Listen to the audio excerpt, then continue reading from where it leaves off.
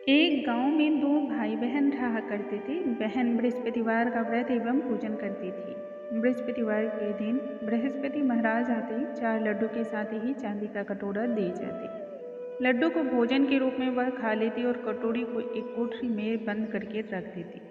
एक दिन जब भाभी ने बंद दरवाजे को खोला तो इतने सारे चांदी की कटोरी को देखकर हैरान हो गई। पड़ोसन को सभी बात कह सुनाई। तब पड़ोसन ने उसे सलाह देते हुए कहा कि यह बात अपने स्वामी से कहना। सुनते ही कहने लगी, मेरा पति तो मेरी एक भी बात नहीं सुनेगा। पड़ोसन ने एक युक्ति बतलाई कि दाल का चमचा भात में और भात का चमचा दाल में डाल देना।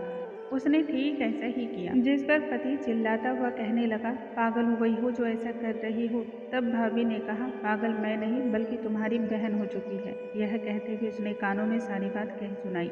दूसरे दिन भाई ने बहन से कहा कि हे बहन, बहुत दिन हो गए, चलो मामा के यहाँ चलते हैं। बहन ने कहा, नहीं भैया, तुम तो मुझे ऐसे स्थान पर ही छोड़ देना जहाँ केले का वृक्ष एवं भगवान बृहस्पति देव का मंदिर हो। भाई ने ठीक ऐसा ही किया और वहाँ से दूर एक पेड़ की आड़ में छिप गया। बहन ने केले के वृक्ष की तथा भगवान बृहस्पति देव की पूजा करके व्रत कथा सुनी। बृहस्पति देव पुनः से आए। चांदी का एक कटोरा के साथ ही 4 लड्डू देकर जब जाने लगे तब दूर से देख रहा भाई दौड़ करके आया, प्रभु के चरणों में गिरकर क्षमा मांगने लगा। तब भगवान कहने लगे कि तुम अपनी बहन पर मिथ्या कलंक मत लगाओ, इसे लेकर घर जाओ। यह कहकर प्रभु अंतर ध्यान हो गए। जब भाई बहन को लेकर घर पहुंचा तब भाभी कहने लगी, क्या हुआ, तुम तो इसे छोड़ने गए थे, लेकर क्यों आ गए। तब वह सभी बातों को बतलाते हुए कहने लगा कि मेरी बहन तो निष्कलंक है। भाभी ने जब यह बात सुनी तो पूरे गांव में ढिंढोरा पीट आई। कहा, बृहस्पतिवार को मेरे घर आना, सभी को 4 लड्डुओं के साथ ही एक चांदी का कटोरा भी मिलेगा।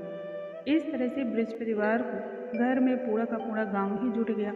तब बहन भगवान बृहस्पति देव से प्रार्थना करते हुए कहने लगी कि हे प्रभु, यदि मैंने श्रद्धा भाव से व्रत को किया हो तो मेरी लाज को रख लो। भक्त की पुकार सुन भगवान बृहस्पति देव प्रकट हुए और सभी को 4 लड्डुओं के साथ ही एक चांदी का कटोरा दिया।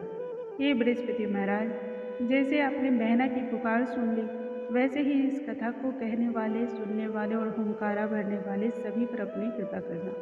बोलो भगवान बृहस्पति देव की जय, भगवान विष्णु की जय।